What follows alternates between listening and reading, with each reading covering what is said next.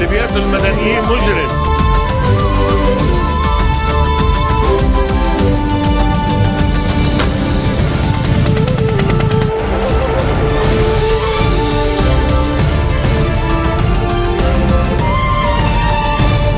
Good afternoon and thank you for joining us on FutureTV.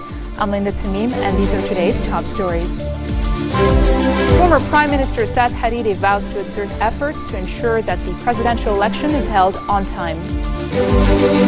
Arab Democratic Party leader Rifat Eid says the 48-hour ultimatum launched by his party following the assassination of Abdurrahman Diab is an attempt to diffuse tension among its supporters.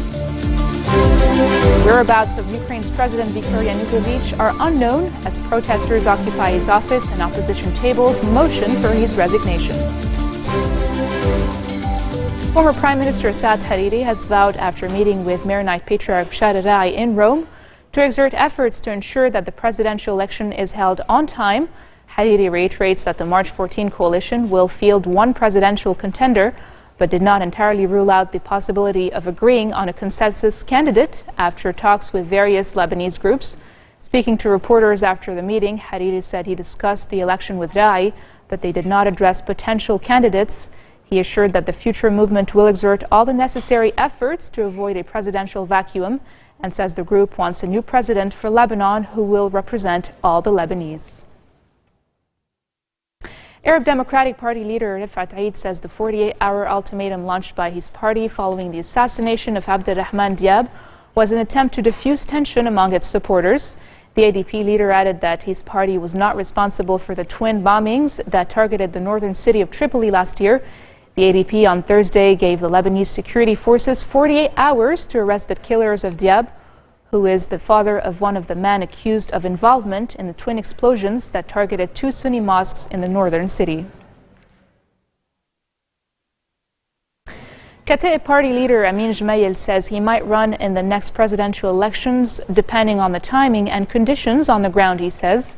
Jmail also says the presidential elections set to take place in May should be held on time. He emphasized that his party rejects the vacuum in the presidential election. Jmail also called for a consensus among Christian leaders to ensure a strong president that represents his Christian community, like other leaders in Lebanon, such as the Prime Minister and Parliament Speaker. He insists the Lebanese need to unite to confront terrorism following the recent wave of bombings and says there must be international and regional cooperation between major countries like the United States, Russia, Iran, Saudi Arabia to confront terrorism. The Army intelligence has raided the house of an extremist in the southern city of Sidon as a Palestinian national was shot dead in the Ain al-Halwi refugee camp. The national news agency reported that the army raided the house of Mahmoud Khalaf in Old Sidon town, seizing arms and grenades. Meanwhile, a masked gunman reportedly opened fire at Abdullah Siriye, who owns a vegetables shop in Al-Falkani Street in Ain al-Halwi refugee camp. Siriye succumbed to his wounds soon after he was submitted to Al-Nida humanitarian hospital at the refugee camp. The reasons behind the incident are still unknown, but sources say Siriye is a known drug addict and dealer in the camp and has many enemies. Protesters have seized the Kiev office of President Viktor Yanukovych in Ukraine, and the opposition has demanded a new election may be held in May.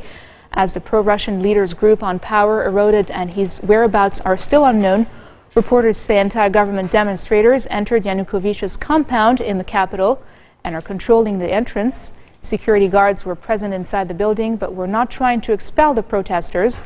The president's residence outside the capital appeared to have been abandoned.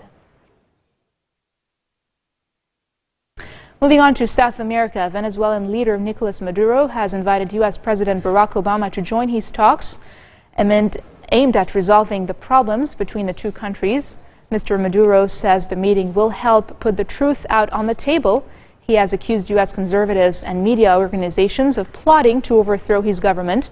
Earlier on Friday, Venezuela revoked the accreditations of CNN reporters covering the country's crisis. 8 people have died in recent protests. Coming up next, Inspirational Women's Series continues with an exclusive interview with our very own Yumna Naufal. Stay with us.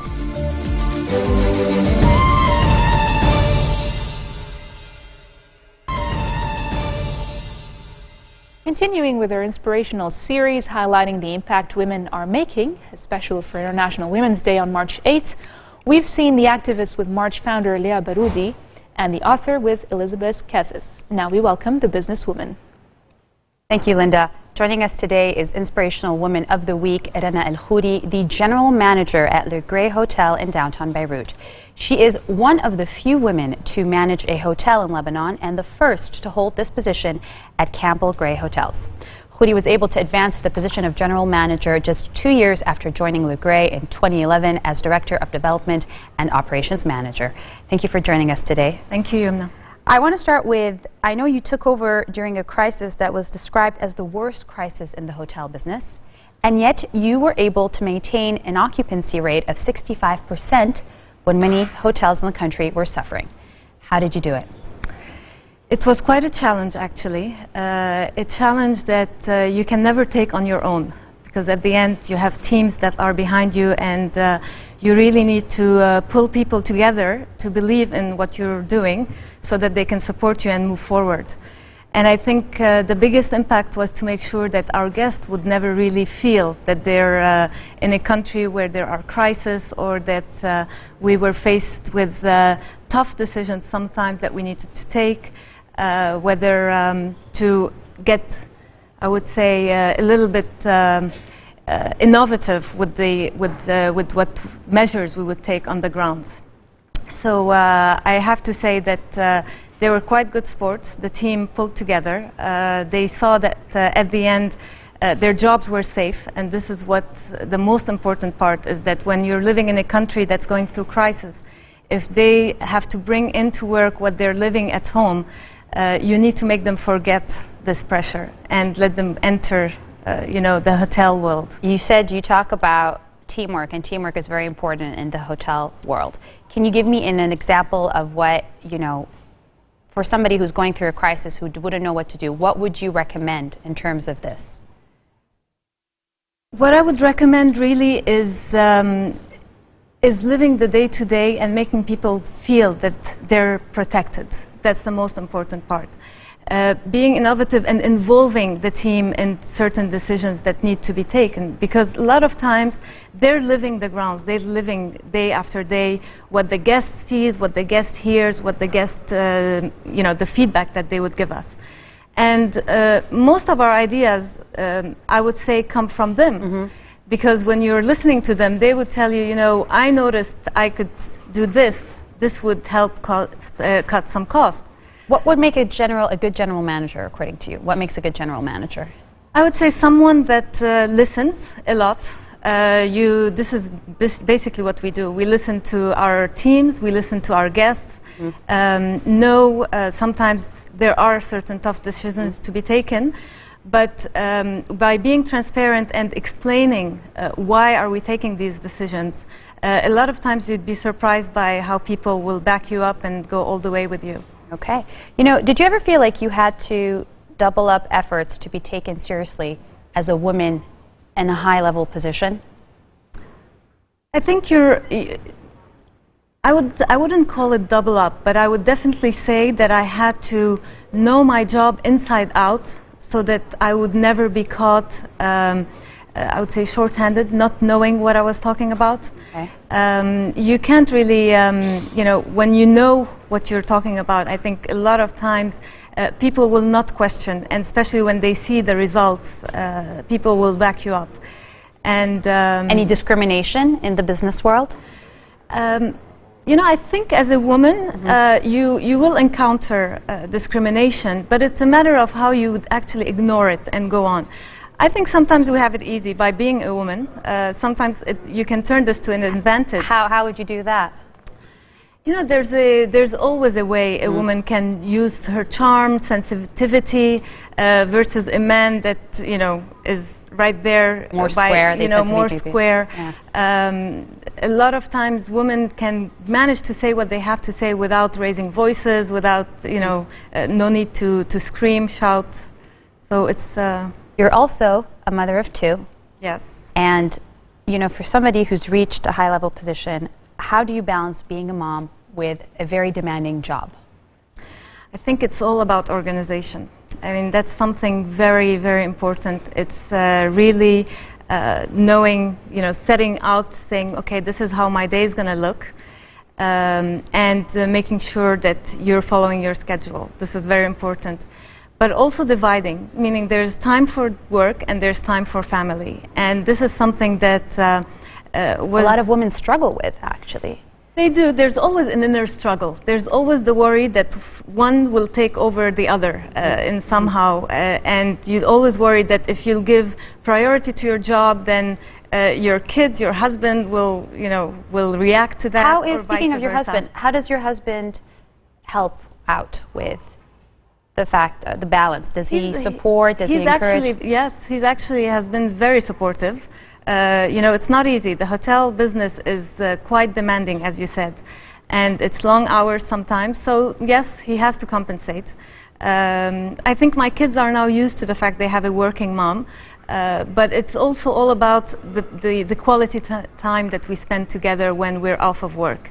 It's really the attention to us as a family versus when I'm on the job and I have to concentrate on my work. Do you think growing up somebody served as an inspiration to you, for you to be such a hardworking woman and at the same time want the best of both worlds? Can you remember a figure or somebody that inspired you?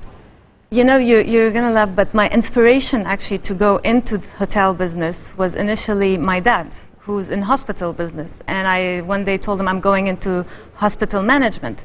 And he said, do something more fun. I said, fine, we'll do hotels.